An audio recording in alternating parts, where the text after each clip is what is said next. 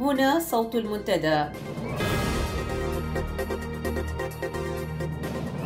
صوت المنتدى بث إذاعي يأتيكم يومي الأربعاء والسبت من كل أسبوع، ومن الساعة 8 إلى 9 مساء أيام الأربعاء، ومن 9 إلى 10 مساء أيام السبت بتوقيت إريتريا.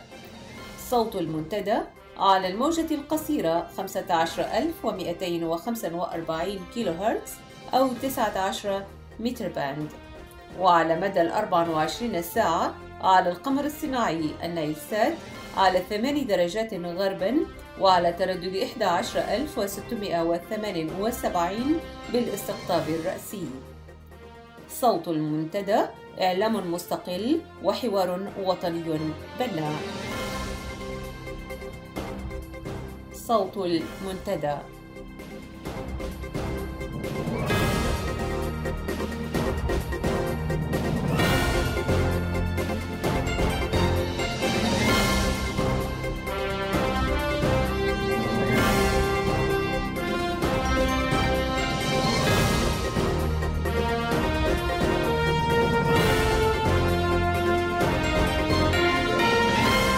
المستمعون الكرام في كل مكان، سلام من الله عليكم ورحمته وبركاته.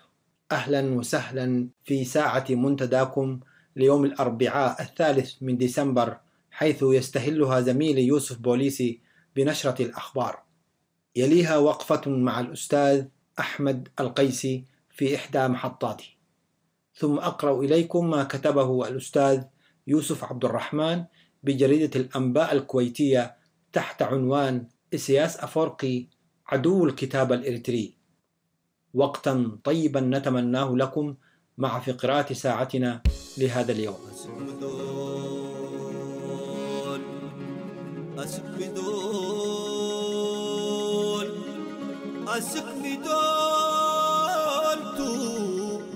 فره ومدانا واسك دولتو حشاشات وسكي من هقيا أمان اللي شعبنا للرحمن شعبنا اللقبتو واللقبت حالتو لا تحزنن إلا أنا مشتاتو بدير استعمار أفكار يوم أفياتو وحنا قلقينا غسل قلوب مرباتو كافلناه كرمناه انبديبو اللي نايتو واللي نايكاتو ومع الأمان الشعب وحيز قبتو يتر أو متهرقاتو يتر أو متهرقاتو.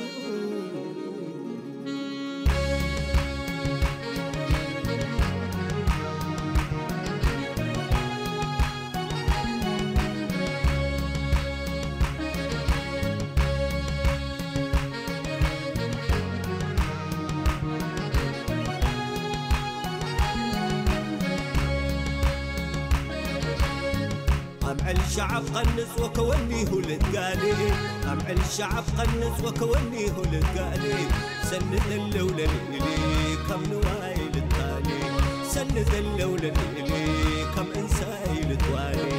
أمع الشعب قنص وكوني هو للقالي، أمع الشعب قنص وكوني هو للقالي، سند اللولة لإلي كم نواي للتالي، سند اللولة لإلي كم إنساي لتوالي.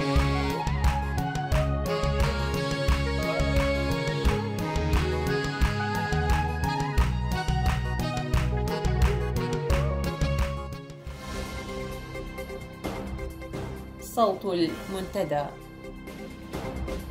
هذه نشرة الأخبار وفي مقدمتها العناوين.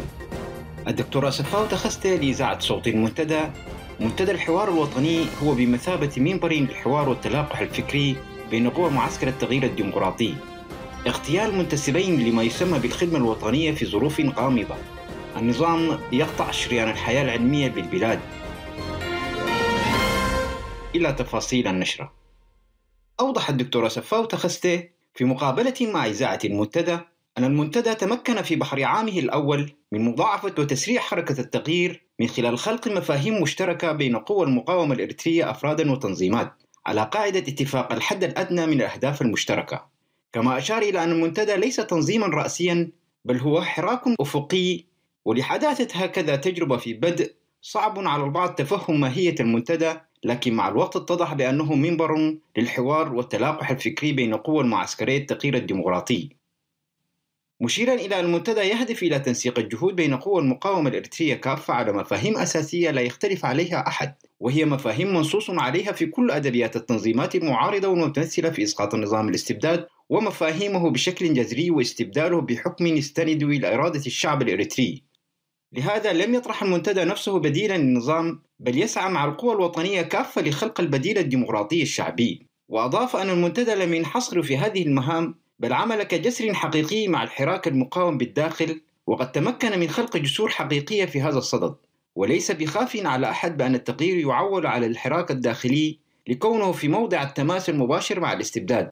وبتكامل العوامل الداخلية والخارجية يمكن لشعبنا من إنجاز مشروعه التحرري. هذا وقد أوضح الدكتور سفاو شفافية ومرونة المنتدى لسماع آراء الشعب والتنظيمات المعارضة، وأبان أن الثوابت التي يسير عليها المنتدى تتمثل في: أولاً، النضال للتغيير الديمقراطي الحقيقي وفقاً لقرار إريتري مستقل وبما يخدم المصلحة الوطنية الإريترية بعيداً عن الأجندات الإقليمية والدولية.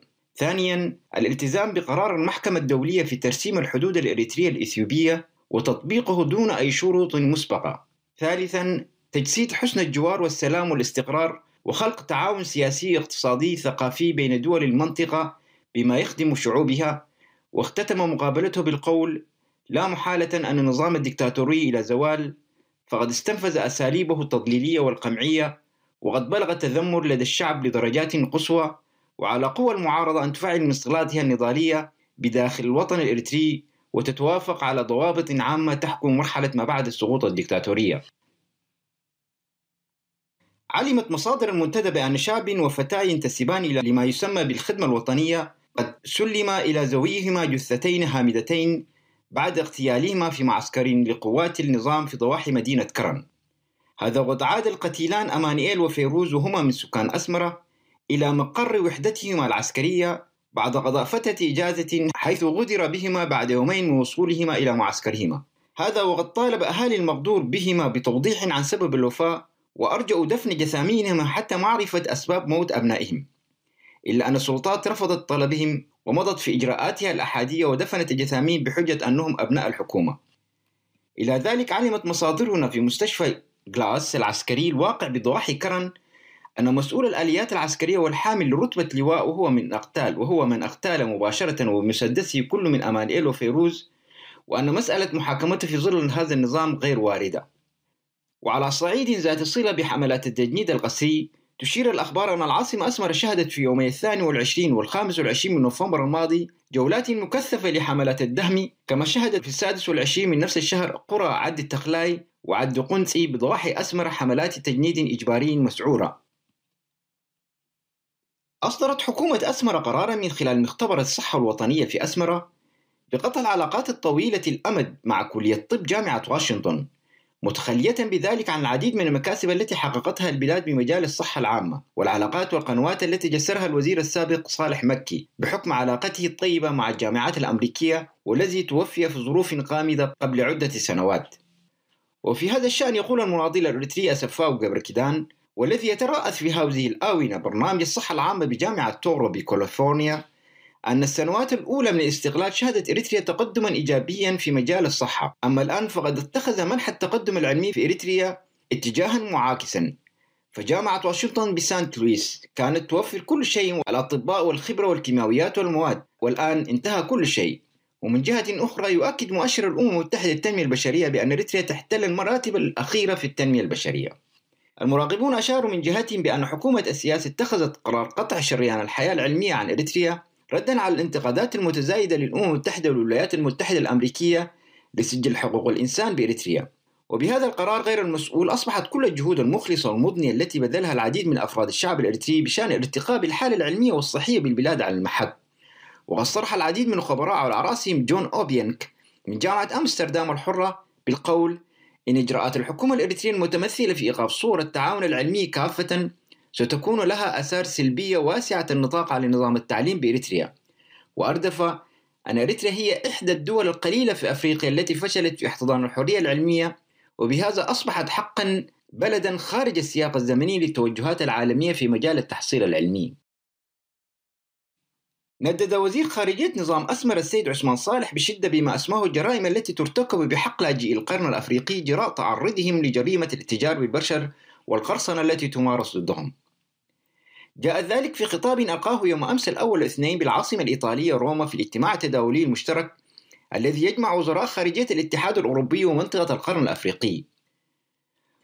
واستهجنت مصادر إعلامية مراقبة للشأن الإريتري في تصريح خصت به إذاعة صوت المنتدى تقول وزير الخارجية لما أسماه ببرامج سياسية وسياسيو اقتصادية دسمة تنتهجها حكومته للحد من ظاهرة هجرة الشباب الإريتري، واعتبرته تصعيدا لسياسة التضليل والخداع التي أصبحت سمة أساسية للنظام في تعامله مع شعبه ومع المجتمع الدولي منذ فترة طويلة، فضلا عن كونه خطاب يعبر عن تعالي النظام ووزير خارجيته عن الهموم والقضايا التي يعاني منها الشباب الإريتري والتي شكلت حجر الزاوية في نشوء ظاهرة الهروب الجماعي وتفريق البلاد من طاقاتها البشرية والتي تحتاج لحلول سريعة للحد من عواقبها مستقبلا.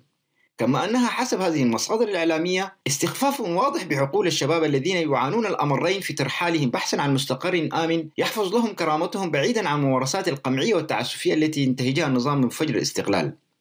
وفي تعليقها على ما ورد من حديث تضليلي عن تعاون حكومته مع دول الجوار للحد من ظاهرة الاتجار بالبشر، قالت المصادر الإعلامية المذكورة: كان من المفترض أن يتطرق الوزير للأسباب الحقيقية التي تجبر الإريتريين على الهروب من بلادهم واختيار اللجوء المحفوف بمخاطر جمة، بدلا من محاولة تمرير رسائل الكذب والخداع على المجتمع الدولي بتعاونه الكاذب للحد من جريمة الاتجار بالبشر.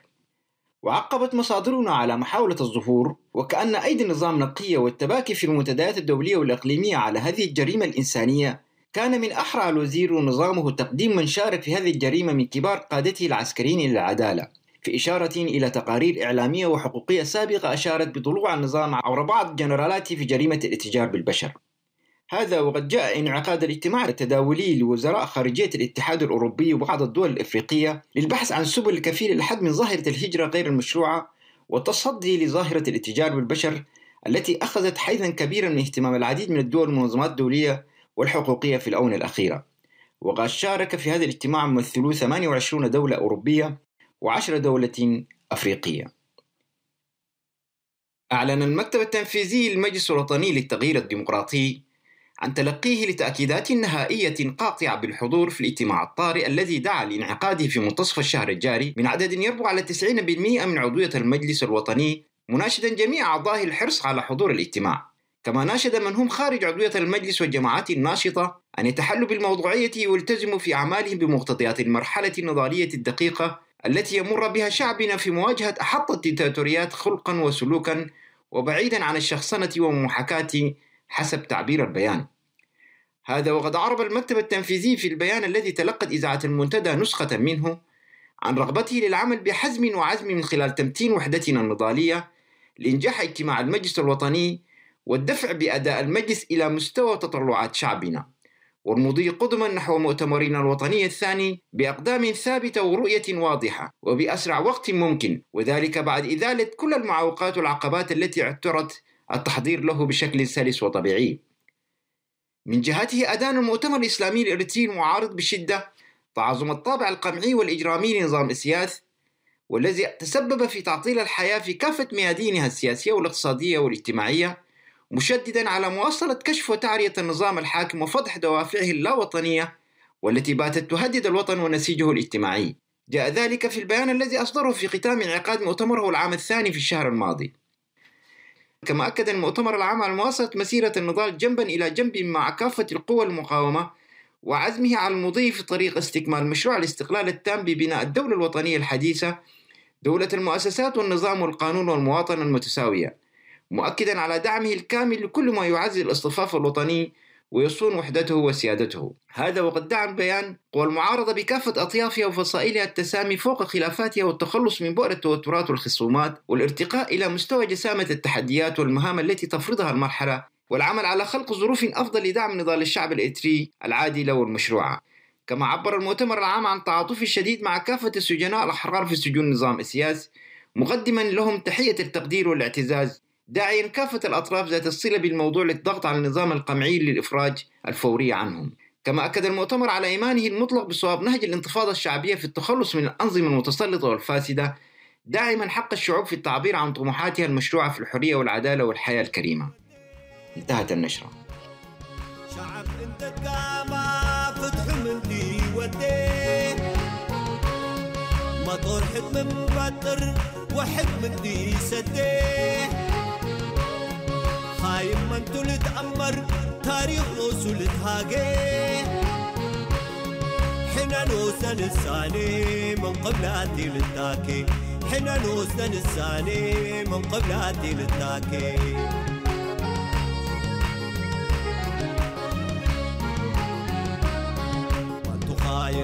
من تطيل ماي من تخاين من تطيل ماي نواي كاي تدالي الحوام موعلاي من تخاين من تطيل ماي من تخاين من تطيل ماي نواي كاي تدالي الحوام موعلاي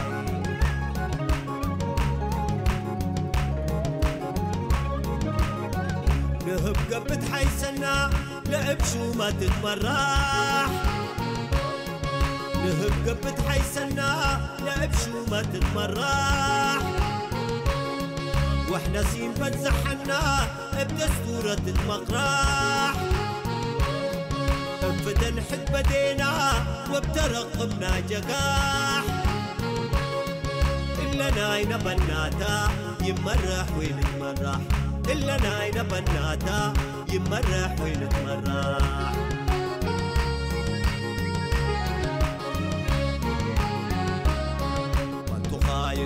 من تطيل ماي من تخاين من تطيل ماي نواي كاي تتالي الحوام موعلاي من تخاين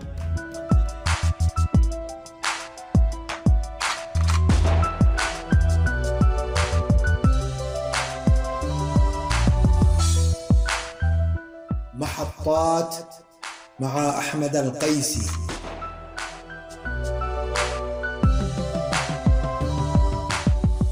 محطات برنامج يقف على أهم الأحداث التاريخية والآنية. مشاهد إريتريا، النظام وأحواله، والمعارضة وأوضاعها، والأفق المسدود.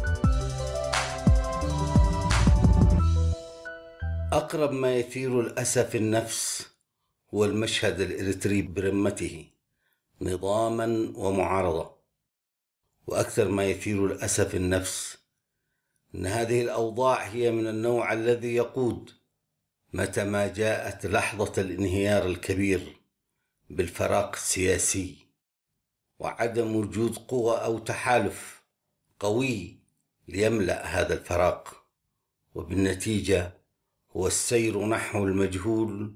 وكم من البلدان المتجهة نحو هذا المصير بالقرب منا والحبل على الجرار.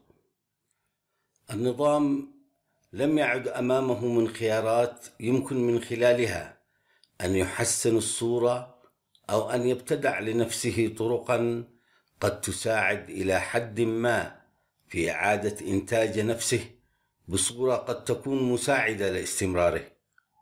والمعارضة تعاني من مرض مزمن اسمه محلك سر، لا أفق للوعد المنشود، لا جديد نحو معارضة فاعلة.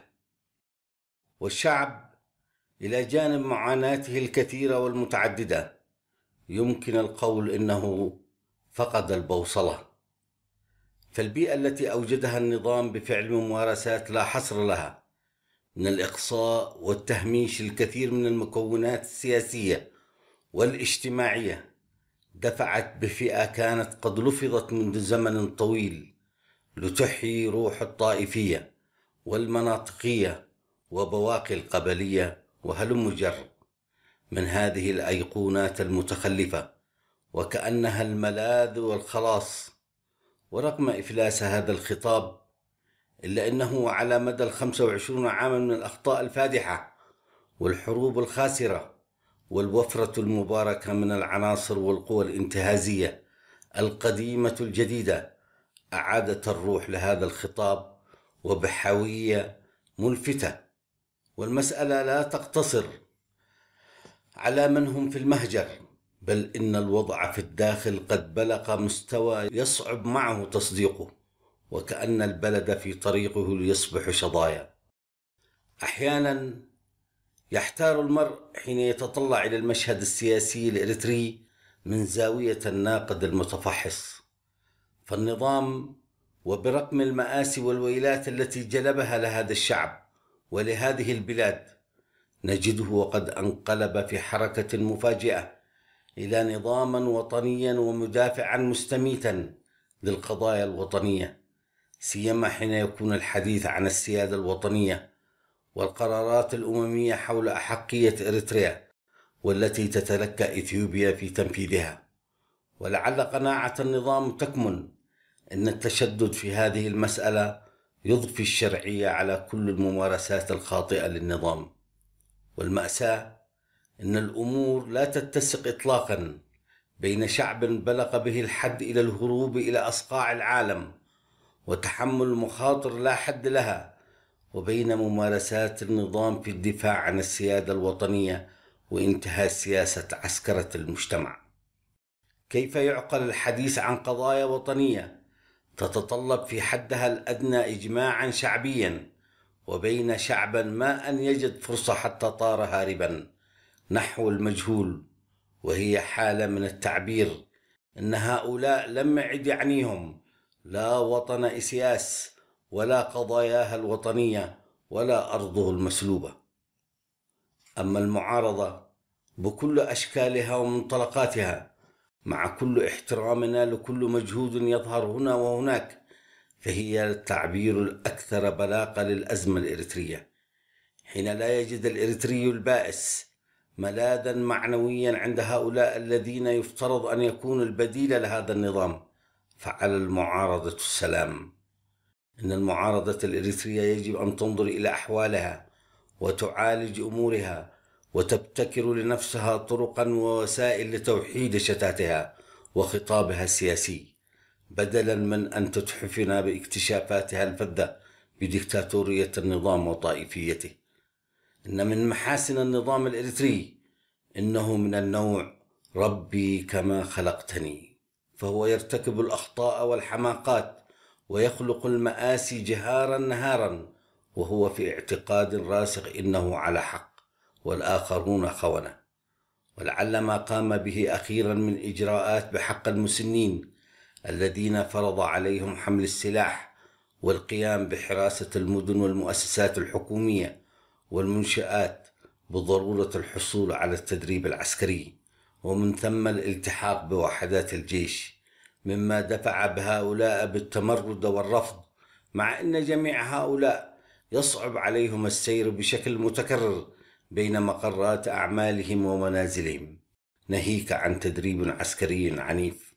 ولعل أجمل ما في الموضوع إن النظام لم ينسى أن يذكرهم بضرورة جلب مصاريفهم معهم. هذه تصرفات النظام، إنه يفعل ما لم يفعله هتلر في أيامه الأخيرة حين قام بتجنيد المسنين بعد أن تكررت هزائمه، فهو في أحسن الأحوال تحمل مسؤولية رعاياتهم. أما نظامنا فلا خجل ولا عقل، في حين اشتدت مقاومة هؤلاء لقراره تراجع وبسرعة حتى لا تكون شرارة تشعل المنزل كله، القابل أصلا للاشتعال أي لحظة. ولعل أحد نوابق النظام قد أقنع الدكتاتور أنه يمكن أن يكسب المعركة في حربه القادمة بدون إشراك هؤلاء العجائز، ولذا فالنظام ليس بحاجة للتعرية، فقد ولد عاريا وسيموت عاريا. أما أحوال معارضتنا وبتوجهاتها المتنوعة ليست أحسن حالا من النظام نفسه. أحيانا يحار الشخص في تشخيص ماذا تريد. صحيح أن معظم الذين يتصدرون مشهد وقيادة تنظيمات المعارضة قد جاءوا من تجارب قديمة، يحملون هموم وعقد هذه التجارب، وهم لا يبخلون في إسقاط هذه الأمور على الحالة الراهنة، بل إن معظم الأحكام التي تحكم مواقفهم تكون بشكل أو بآخر تحت تأثير هذه العوامل إلى جانب عوامل أخرى مستجدة. أحيانا يخيل للمرء إن القصور السياسي في وعي هذه المعارضات سببا رئيسيا في هذه الملهى التي نعيشها. وحين تنظر إلى الإنجازات التي تحققها بعض المنظمات الحقوقية والمدنية المحسوبة على المعارضة تشعر بالفخر ومن الإمكانيات والطاقات الكامنة. هذه الإمكانات متى ما توحدت سوف تصنع معجزة ليس في إسقاط النظام فحسب، بل أيضا في سياقة مستقبل هذا الشعب بعد هذا العناء الطويل. لكن الأمر كله مرهون بالإطار السياسي الجامع والمحدد سياسيا والمتفق عليه بعقد اجتماعي لا ينفصم، عنوانه الأساسي إسقاط النظام وبناء الدولة المدنية الديمقراطية والمواطنة المتساوية واحترام الخصوصيات الثقافية لكل المجموعات العرقية والدينية. هل هذه المطالب تمثل مشكلة نحو إجماع هذه المعارضة؟ من البديهي أن هذه العناوين الكبيرة تحمل من التفاصيل الكثير من المسائل الخلافية، ولكن أليس ثراء التجربة الإريترية أبان الكفاح المسلح كفيل بإنارة الطريق لتجاوز هذه المعضلة؟ إنه لمن المخزي والعار الذي لا يمكن تحمله أن تجد تجمعات هنا وهناك تلجأ إلى كل الوسائل المتخلفة في الواقع الاجتماعي، لا أدري في تأكيد ماذا، وطن في طريقه إلى الضياع، وجماعات قبلية ومناطقية ودينية تجاهر بحثا عن دور، وشعب يسحق. أي مهزلة هذه! لم يعد أمام الإريتريون لا الوقت ولا الزمن للاستمرار في هذا العبث. أما أن نكون أو لا نكون، ودعوا الشعب يقرر، وتحديدا الشعب في الداخل. وللحديث بقية حول الدور الإثيوبي والفراق السياسي المحتمل والثمن الباهظ. أحمد القيسي.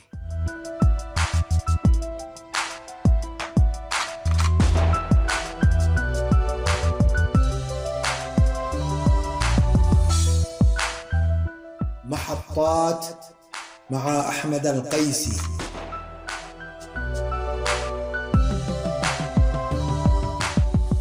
محطات برنامج يقف على أهم الأحداث التاريخية والآنية.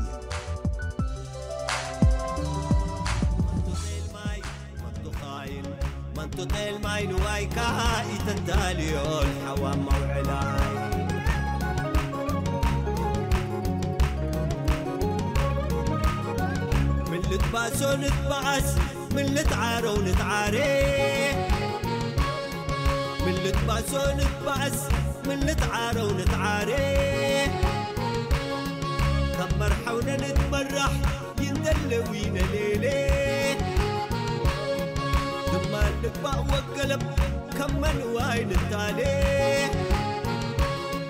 يوم لا تتبصحنا وكرعتنا حلالي، يوم لا تتبصحنا وكرعتنا حلالي.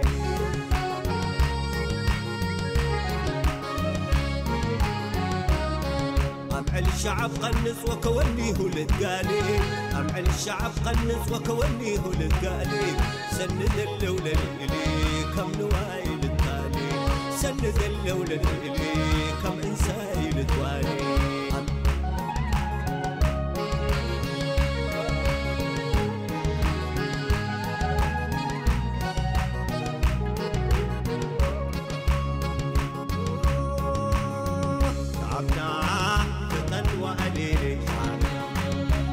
وقليلي تعبنا بمشي التالي. صوت المنتدى.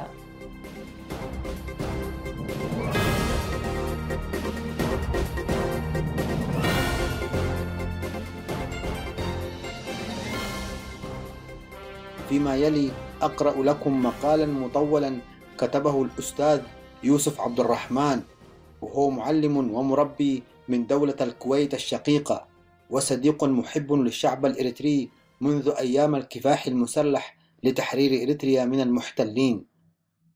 كتب الأستاذ يوسف بجريدة الأنباء الكويتية ما يلي: إسياس أفورقي عدو الكتاب الإريتري.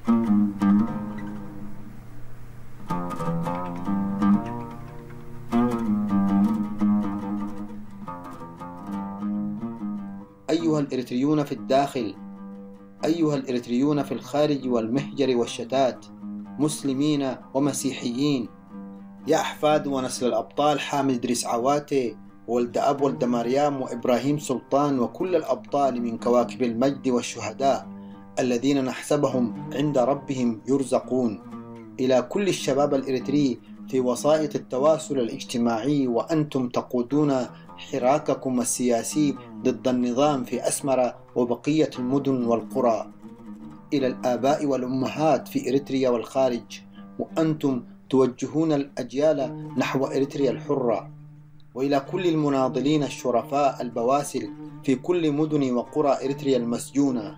قرب يوم الفرج والنصر، وأحسبها بإذن الله فرجت. وإلى كل الأماجد من الإريتريين الثوار المناضلين في مشارق الأرض ومغاربها، وأنتم اليوم تقودون الركب وتمتطون سحوة المجد نحو إريتريا المحررة. وإلى كل الكتاب والمؤرخين الأحرار الذين يوثقون تاريخ إريتريا، أكتب إليكم هذا التقرير التنويري التوثيقي وعنوانه: لماذا يكره الرئيس إسياس أفورقي الكتاب وأصحابه ودور نشره ومقتنيه؟ ولماذا عدوه اللدود الكتاب الإريتري ومن يقوم به ويشرف عليه ويوزعه؟ كما أنه يكره كرها شديدا الإعلام الموازي للكتاب من مجلات وإصدارات إعلامية تكتب في الشأن الإريتري بحيادية وشفافية، لأنه يدرك أن الإريتري بطبعه يحب الثقافة وحركة المطبوعات الشاملة، لذا حرم دخول الإعلام الإلكتروني وحاربه بكل الوسائل. أسئلة جديرة بالإجابة، وسأحاول بما لي من علاقة قديمة بهذه القضية أن أجيب عن هذه التساؤلات الصعبة كي تعرف الأجيال الإريترية الناشئة ومن ورائها الشعب الإريتري الحبيب أسباب كره هذا الرئيس لتاريخ بلده. ولما كل هذا الكره للكتاب الإريتري الذي يسجل المعلومات؟ ولماذا حارب أفورقي الكتاب الإريتري طوال حياته، وتحديدا الثقافة العربية والإسلامية؟ ولماذا لم يكرم أحدا من الكتاب والمؤلفين المستقلين الشرفاء طوال حياته؟ ولماذا لا نرى في إريتريا معارض للكتاب الإريتري ولا تشارك أسمرة في المعارض الخارجية؟ ولماذا يفخر بأي كتاب ما عدا ما يخص الشأن الإريتري، خاصة التوثيق التاريخي لمراحل النشأة والتاريخ عبر الزمان؟ لكل هذه التساؤلات أكتب هذا التقرير خدمة للحقيقة وللأجيال الإريترية التي تعشق الكتاب وتجد فيه تاريخها المجيد، وكي تطلع الأجيال الإريترية الجديدة على المكتبة الإريترية التي يكرهها فخامة الرئيس، وتعتبر قصة في حلقه تشغل باله ليلا ونهارا، لأنه يخاف من آثار ونتائج أي كتاب يصدر عن إريتريا للأسف.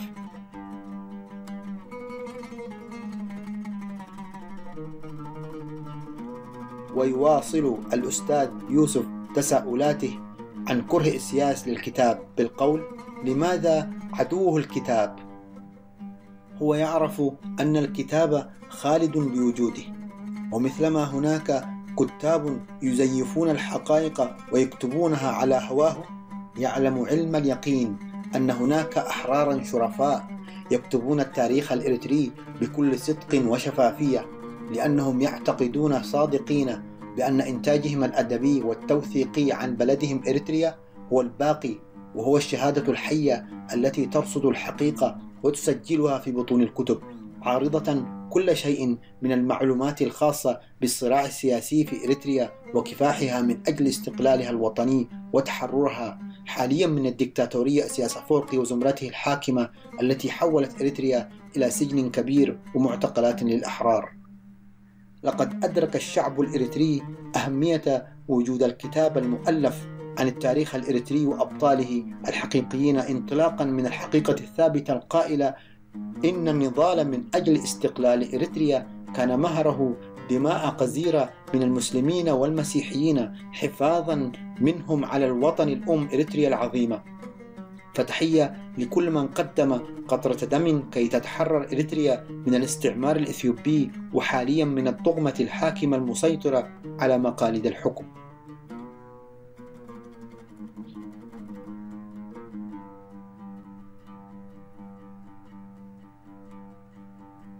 ويواصل الأستاذ يوسف حديثه تحت عنوان جانبي: الكتاب يرصد حركة التاريخ الإريتري.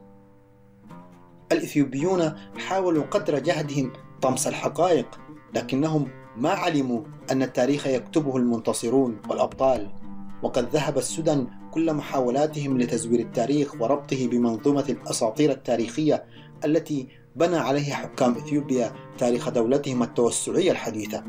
وهذه حجتهم وتبريراتهم للاستيلاء على إريتريا وفق مزاعم خرافية كما فعل العراق مع الكويت، وهو الابتلاع.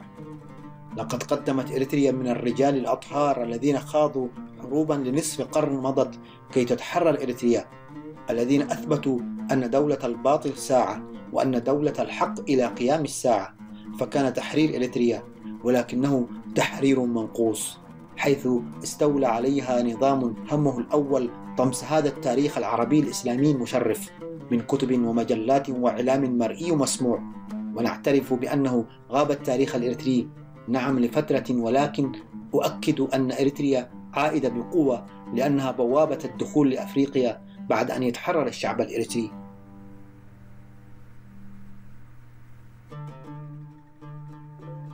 التاريخ الإريتري. لنترحم على أبطال كان لهم رصد حركة التاريخ الإريتري استنادا إلى ما كتبوه من واقع متابعتهم ورصدهم للوثائق التاريخية ومعايشتهم للأحداث للوصول إلى المعلومة التي تسجل التاريخ الإريتري والتي تخلد تاريخ شعب على مر العصور والأحداث المثيرة، وتفسير مجريات الأحداث ونقل هذا التاريخ المكتوب بمداد الحقيقة والشفافية إلى الأجيال الإريترية. إنني كدارس أحيي وأقدر جهد كل الكتاب الإريتريين الأماجد الذين رفضوا تقسيم إريتريا بين إثيوبيا والسودان، وناضلوا من أجل إظهار الحقيقة أن إريتريا عبر التاريخ كانت مستقلة في مسيرة حركة التاريخ، ونقلوا بأمانة عظيمة هذه الحقيقة إلى الأجيال القادمة واللاحقة. فجوهر هوية أي شعب هو تاريخه. إن الشعب الإريتري يدرك تماما بعد أن أصبح قادرا على الفرز كيف يحكم على مضمون أي كتاب إريتري ويفرق بين ما هو جميل وقبيح من أحداث التاريخ، وكما هو حاصل اليوم في إريتريا المسجونة بكل القرائن والشواهد المتوافرة لديه من دون أن يضع أي اعتبار للخوف. فما عاد الشعب الإريتري يخاف من جلاده، لأن التاريخ الإريتري غير قابل للتزوير، وإن قدا لناظره لقريب. بإذن الله لن يطول انتظارنا مع هذا الحراك السياسي الشعبي للأمة الإريترية. وتحت عنوان كوارث التاريخ الإريتري يقول الأستاذ يوسف: احتل البريطانيون إريتريا تحت مظلة قوات الحلفاء بتدخل الولايات المتحدة الأمريكية، وأثبتت الأيام أن وعود البريطانيين لم تكن سوى وعود كلامية جوفاء. وكانت إريتريا حينذاك لا تملك قيادات وطنية لها حظوة عند الشعب الإريتري ولها شعبية، غير أن الاستعمار الجائر البريطاني ومن قبله الإيطالي ثم الإثيوبي جعل من إريتريا ولادة. فكان أن ولد عواتي وإبراهيم سلطان وكبيري وآخرون يصعب حصرهم صنعوا التاريخ والمجد وأسسوا الجمعيات الإريترية الوطنية التي قادت النضال الوطني والتحرري. ثم برزت الجبهات الإريترية في فترة حق تغيير المصير، ثم تأسست الأحزاب الإريترية ومنها حزب الرابطة الذي أسسه إبراهيم سلطان وصحبه، وكان خطوة لبناء الكتلة الاستقلالية من الاحتلال. ثم ظهرت دعوات تنادي الكتلة الاستقلالية التي سعت لنيل إريتريا استقلالها التام مقابل الكتلة التي تطالب بالاندواء تحت إثيوبيا. وتعرضت الكتلة الاستقلالية لتصفيات وقتل من قبل الإثيوبيين، وكان على رأس الشهداء عبد القادر محمد صالح كبيرة وآخرون. ولولا وجود كتاب يوثقون هذا الحدث لما عرفنا بما جرى في التاريخ، ومن هنا تنبع أهمية وجود الكتاب. ويبقى أن أذكر بإنصاف كل المسلمين العقلاء والمسيحيين المنصفين الذين حافظوا على إريتريا المستقلة بعيدا عن الفيدرالية مع إثيوبيا، وصدقوا في خاتمة المطاف، واندحرت أحلام دعاة الانضمام وقبلت مع الهزيمة الإثيوبية. لولا وجود كتاب أفذاذ لما علمنا بتاريخ الشعب الإريتري في فترات زمنية متباعدة ومتقاربة. وأجل المعارف التي توصلت لها أنا وغيري من المتابعين لهذه القضية العادلة أن الاستقلال الحقيقي لإريتريا هو المحرك الديناميكي الذي برز على الدوام، وأضاف إلى كل الكتب المؤلفة عن إريتريا تميز هذا الشعب الذي جبل على التضحيات والنضالات في سبيل الحفاظ على وحدته ووحدة إريتريا الموحدة الحرة. وتوالت الاستعمارات المختلفة لكنهم جميعا رحلوا، وستعود إريتريا إلى الديمقراطية والنور. وتحت عنوان حملة الكراهية يقول الأستاذ يوسف: أعرف مسبقا أن هناك بعضا من الإريتريين المحسوبين على النظام سينبرون كما فعلوا سابقا، يكتبون وينشطون ضدي زاعمين بأنني أحمل الكراهية وأزرع الفتنة الطائفية في إريتريا. وعندما أقرأ بياناتهم ومدوناتهم وأسمائهم المستعارة أضحك من جبنهم ورداءة أسلوبهم واتهاماتهم المزعومة بغير دليل. إن تاريخ الصحفي معروف تعززه الأراشيف والكتب، وإنني أنصحهم بأن لا يزايدوا علي في قضية إريتريا، لأن هرطقاتهم وكذبهم ودجلهم مفضوح، ولن أكلف نفسي الرد عليهم، لأن أبناء الشعب الإريتري سيتصدون لهم دون هوادة. وختم الأستاذ يوسف عبد الرحمن بالقول: نحن اليوم كقراء لتاريخ الشعب الإريتري نقف شاكرين لكل أولئك الذين كتبوا عن الاستعمارات المختلفة التي توالت على إريتريا، ونحيي جميع الجهود المخلصة التي وثقت الأحداث بالمعلومات والصور، ونقف عاجزين عن فهم لماذا يكره الرئيس إسياس أفورقي هذا التاريخ الذي لن يستطيع طمسه في زمن التواصل الاجتماعي وتطور التكنولوجيا الإلكترونية. أيها الإريتريون في كل مكان، فرصتكم اليوم للبحث عن كل الكتب القديمة وطباعتها ونشرها في وسائل الاتصال الحديثة دون خوف. حالكم حال كل العظماء الذين وثقوا التاريخ الإريتري دون خوف ولا وجل، غير آبهين بالاغتيالات والاعتقالات. الكتاب الإريتري موجود بأيدي أمينة ولن يمنعه أحد، ونبشر الرئيس أفورقي والجميع بجيل إريتري واعد وضع نصب عينيه الكتاب، لأنه عربون وفاء لحبيبتهم الأم إريتريا. الأستاذ يوسف عبد الرحمن.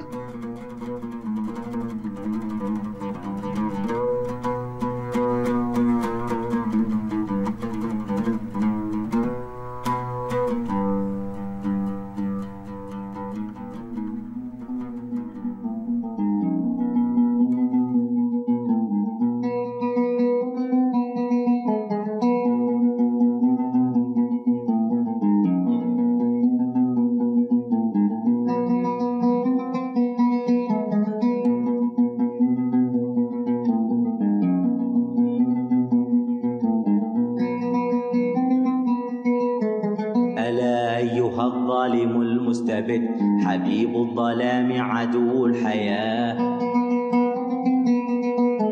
سخرت بأنة شعب ضعيف وكفك مخضوبة من دماء. ألا أيها الظالم المستبد حبيب الظلام عدو الحياة. سخرت بأنة شعب ضعيف وكفك مخضوبة من دماء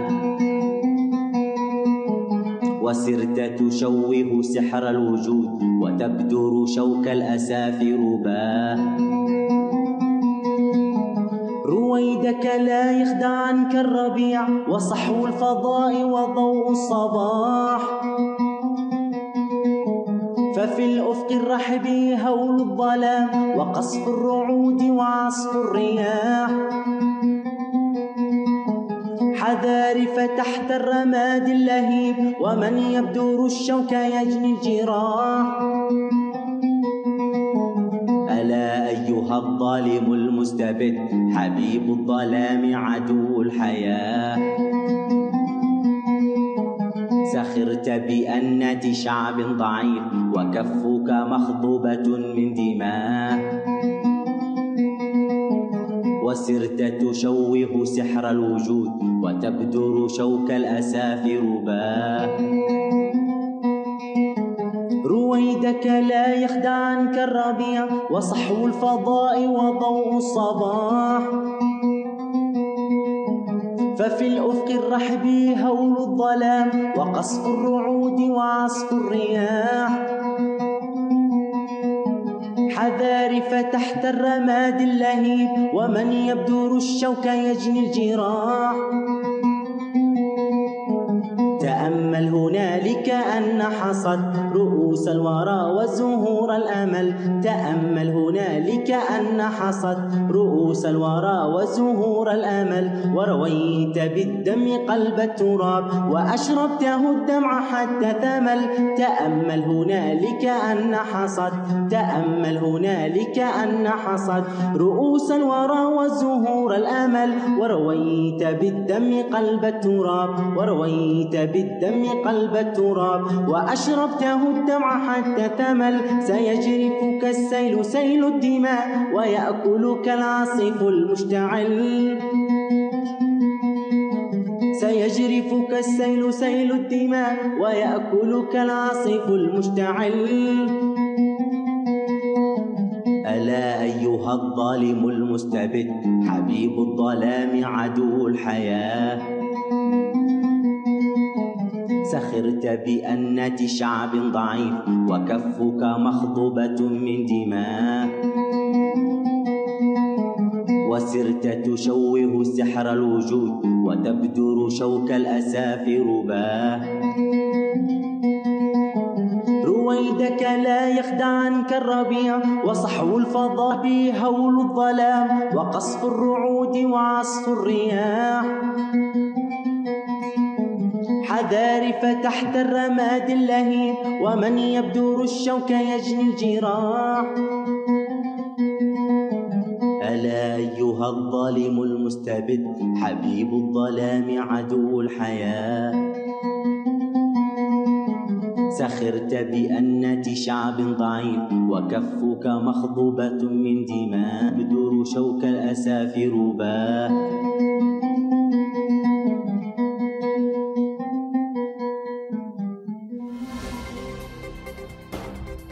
صوت المنتدى. هذه نشرة الأخبار وفي مقدمتها العناوين. الدكتورة صفاء تخستي لإذاعة صوت المنتدى. منتدى الحوار الوطني هو بمثابة منبر للحوار والتلاقح الفكري بين قوى معسكر التغيير الديمقراطي. اغتيال منتسبين لما يسمى بالخدمة الوطنية في ظروف غامضة. النظام يقطع شريان الحياة العلمية بالبلاد.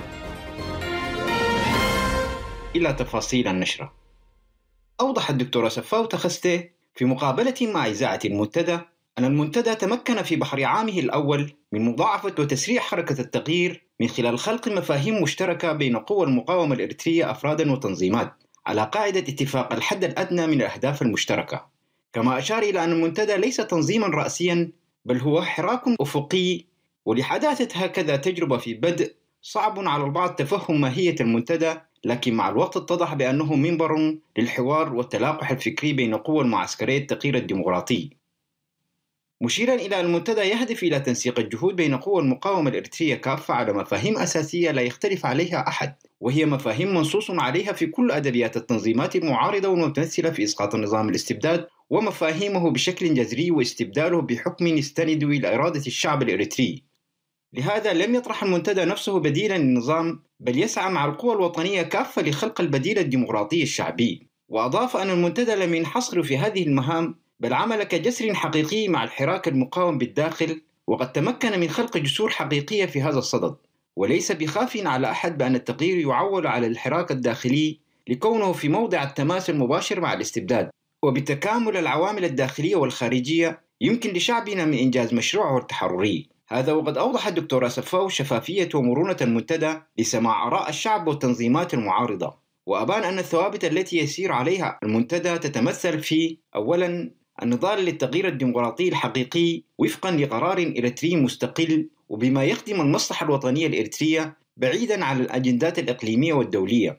ثانياً، الالتزام بقرار المحكمة الدولية في ترسيم الحدود الإريترية الإثيوبية وتطبيقه دون أي شروط مسبقة. ثالثاً، تجسيد حسن الجوار والسلام والاستقرار وخلق تعاون سياسي اقتصادي ثقافي بين دول المنطقة بما يخدم شعوبها. واختتم مقابلته بالقول: لا محالة أن النظام الدكتاتوري إلى زوال، فقد استنفذ أساليبه التضليلية والقمعية، وقد بلغ التذمر لدى الشعب لدرجات قصوى، وعلى قوى المعارضة أن تفعل من صلاتها النضالية بداخل الوطن الإريتري وتتوافق على ضوابط عامة تحكم مرحلة ما بعد السقوط الدكتاتورية. علمت مصادر المنتدى بأن شاب وفتاة ينتسبان إلى لما يسمى بالخدمة الوطنية قد سلما إلى زويهما جثتين هامدتين بعد اغتيالهما في معسكر لقوات النظام في ضواحي مدينة كرن. هذا وقد عاد القتيلان أمانييل وفيروز وهما من سكان أسمرة إلى مقر وحدتهما العسكرية بعد قضاء فترة إجازة، حيث غدر بهما بعد يومين من وصولهما إلى معسكرهما. هذا وقد طالب أهالي المغدور بهما بتوضيح عن سبب الوفاة، وأرجأوا دفن جثامينهما حتى معرفة أسباب موت أبنائهم، إلا أن السلطات رفضت طلبهم ومضت في إجراءاتها الأحادية ودفنت جثامين بحجة أنهم أبناء الحكومة. إلى ذلك علمت مصادرنا في مستشفى غلاس العسكري الواقع بضواحي كرن أن مسؤول الآليات العسكرية والحامل لرتبة لواء وهو من أغتال مباشرة وبمسدسه كل من أمانييل وفيروز، وأن مسألة محاكمته في ظل هذا النظام غير واردة. وعلى صعيد ذات صلة بحملات التجنيد القسري، تشير الأخبار أن العاصمة أسمر شهدت في يومي 22 و25 من نوفمبر الماضي جولات مكثفة لحملات الدهم، كما شهدت في 26 من نفس الشهر قرى عد التخلاي وعد قنصي بضواحي أسمر حملات تجنيد إجباري مسعورة. أصدرت حكومة أسمر قرارا من خلال مختبر الصحة الوطنية في أسمرة بقطع العلاقات الطويلة الأمد مع كلية طب جامعة واشنطن، متخلية بذلك عن العديد من المكاسب التي حققتها البلاد بمجال الصحة العامة والعلاقات والقنوات التي جسرها الوزير السابق صالح مكي بحكم علاقته الطيبة مع الجامعات الأمريكية، والذي توفي في ظروف قامدة قبل عدة سنوات. وفي هذا الشأن يقول المناضل الإريتري أسفاو جبركيدان، والذي يترأس في هذه الآونة برنامج الصحة العامة بجامعة تورو بكاليفورنيا، أن السنوات الأولى من الاستقلال شهدت إريتريا تقدما إيجابيا في مجال الصحة، أما الآن فقد اتخذ منح التقدم العلمي في إريتريا اتجاها معاكسا. فجامعة واشنطن بسانت لويس كانت توفر كل شيء الأطباء والخبرة والكيماويات والمواد، والآن انتهى كل شيء. ومن جهة أخرى يؤكد مؤشر الأمم المتحدة للتنمية البشرية بأن إريتريا تحتل المراتب الأخيرة في التنمية البشرية. المراقبون أشاروا من جهتهم بأن حكومة السياسة اتخذت قرار قطع شريان الحياة العلمية عن إريتريا رداً على الانتقادات المتزايدة للأمم المتحدة والولايات المتحدة الأمريكية لسجل حقوق الإنسان بإريتريا. وبهذا القرار غير المسؤول أصبحت كل الجهود المخلصة والمضنية التي بذلها العديد من أفراد الشعب الإريتري بشأن الارتقاء بالحالة العلمية والصحية بالبلاد على المحك. وقد صرح العديد من الخبراء على رأسهم جون أوبينك من جامعة أمستردام الحرة بالقول إن إجراءات الحكومة الإريترية المتمثلة في إيقاف صور التعاون العلمي كافة ستكون لها آثار سلبية واسعة النطاق على نظام التعليم بإريتريا.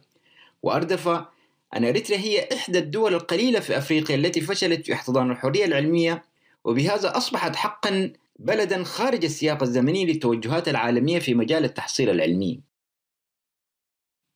ندد وزير خارجية نظام أسمر السيد عثمان صالح بشدة بما أسماه الجرائم التي ترتكب بحق لاجئي القرن الأفريقي جراء تعرضهم لجريمة الاتجار بالبشر والقرصنة التي تمارس ضدهم. جاء ذلك في خطاب ألقاه يوم أمس الأول الاثنين بالعاصمة الإيطالية روما في الاجتماع التداولي المشترك الذي يجمع وزراء خارجية الاتحاد الأوروبي ومنطقة القرن الأفريقي.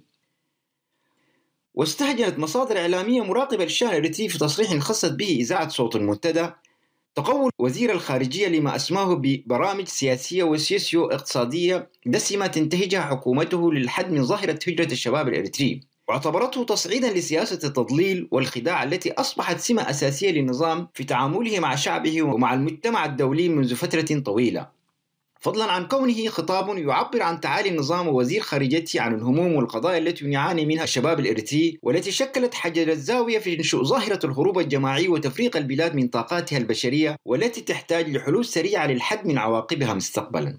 كما أنها حسب هذه المصادر الإعلامية استخفاف واضح بعقول الشباب الذين يعانون الأمرين في ترحالهم بحثا عن مستقر آمن يحفظ لهم كرامتهم بعيدا عن الممارسات القمعية والتعسفية التي ينتهجها النظام من فجر الاستقلال. وفي تعليقها على ما ورد من حديث تضليلي عن تعاون حكومته مع دول الجوار للحد من ظاهرة الاتجار بالبشر، قالت المصادر الإعلامية المذكورة: كان من المفترض أن يتطرق الوزير للأسباب الحقيقية التي تجبر الإريتريين على الهروب من بلادهم واختيار اللجوء المحفوف بمخاطر جمة، بدلا من محاولة تمرير رسائل الكذب والخداع على المجتمع الدولي بتعاونه الكاذب للحد من جريمة الاتجار بالبشر. وعقبت مصادرنا على محاولة الظهور وكأن أيدي النظام نقية والتباكي في المنتديات الدولية والإقليمية على هذه الجريمة الإنسانية، كان من أحرى الوزير ونظامه تقديم من شارك في هذه الجريمة من كبار قادته العسكريين للعدالة، في إشارة إلى تقارير إعلامية وحقوقية سابقة أشارت بضلوع النظام عبر بعض جنرالاته في جريمة الاتجار بالبشر. هذا وقد جاء انعقاد الاجتماع التداولي لوزراء خارجية الاتحاد الأوروبي وبعض الدول الإفريقية للبحث عن سبل الكفيل للحد من ظاهرة الهجرة غير المشروعة والتصدي لظاهرة الاتجار بالبشر التي أخذت حيزا كبيرا من اهتمام العديد من الدول والمنظمات الدولية والحقوقية في الآونة الأخيرة. وقد شارك في هذا الاجتماع ممثلو 28 دولة أوروبية و10 دولة أفريقية. أعلن المكتب التنفيذي للمجلس الوطني للتغيير الديمقراطي عن تلقيه لتأكيدات نهائية قاطعة بالحضور في الاجتماع الطارئ الذي دعا لانعقاده في منتصف الشهر الجاري من عدد يربو على 90% من عضوية المجلس الوطني، مناشدا جميع أعضائه الحرص على حضور الاجتماع. كما ناشد من هم خارج عضوية المجلس والجماعات الناشطة أن يتحلوا بالموضوعية ويلتزموا في أعمالهم بمقتضيات المرحلة النضالية الدقيقة التي يمر بها شعبنا في مواجهة أحط الديكتاتوريات خلقا وسلوكا وبعيدا عن الشخصنة ومحاكاة حسب تعبير البيان. هذا وقد عرب المكتب التنفيذي في البيان الذي تلقت إذاعة المنتدى نسخة منه عن رغبته للعمل بحزم وعزم من خلال تمتين وحدتنا النضالية لإنجاح اجتماع المجلس الوطني والدفع بأداء المجلس إلى مستوى تطلعات شعبنا، والمضي قدما نحو مؤتمرنا الوطني الثاني بأقدام ثابتة ورؤية واضحة وبأسرع وقت ممكن، وذلك بعد إزالة كل المعوقات والعقبات التي اعترت التحضير له بشكل سلس وطبيعي. من جهته أدان المؤتمر الإسلامي الإريتري المعارض بشدة تعظم الطابع القمعي والإجرامي لنظام السياسي، والذي تسبب في تعطيل الحياة في كافة ميادينها السياسية والاقتصادية والاجتماعية، مشددا على مواصلة كشف وتعرية النظام الحاكم وفضح دوافعه اللاوطنية والتي باتت تهدد الوطن ونسيجه الاجتماعي. جاء ذلك في البيان الذي أصدره في ختام انعقاد مؤتمره العام الثاني في الشهر الماضي. كما أكد المؤتمر العام على مواصلة مسيرة النضال جنبا إلى جنب مع كافة القوى المقاومة وعزمه على المضي في طريق استكمال مشروع الاستقلال التام ببناء الدولة الوطنية الحديثة، دولة المؤسسات والنظام والقانون والمواطنة المتساوية، مؤكدا على دعمه الكامل لكل ما يعزز الاصطفاف الوطني ويصون وحدته وسيادته. هذا وقد دعا البيان قوى المعارضة بكافة أطيافها وفصائلها التسامي فوق خلافاتها والتخلص من بؤر التوترات والخصومات والارتقاء إلى مستوى جسامة التحديات والمهام التي تفرضها المرحلة، والعمل على خلق ظروف أفضل لدعم نضال الشعب الإريتري العادلة والمشروعة. كما عبر المؤتمر العام عن تعاطفه الشديد مع كافة السجناء الأحرار في سجون النظام السياسي، مقدما لهم تحية التقدير والاعتزاز، داعيا كافة الأطراف ذات الصلة بالموضوع للضغط على النظام القمعي للإفراج الفوري عنهم. كما أكد المؤتمر على إيمانه المطلق بصواب نهج الانتفاضة الشعبية في التخلص من الأنظمة المتسلطة والفاسدة، داعما حق الشعوب في التعبير عن طموحاتها المشروعة في الحرية والعدالة والحياة الكريمة. انتهت النشرة. صوت المنتدى.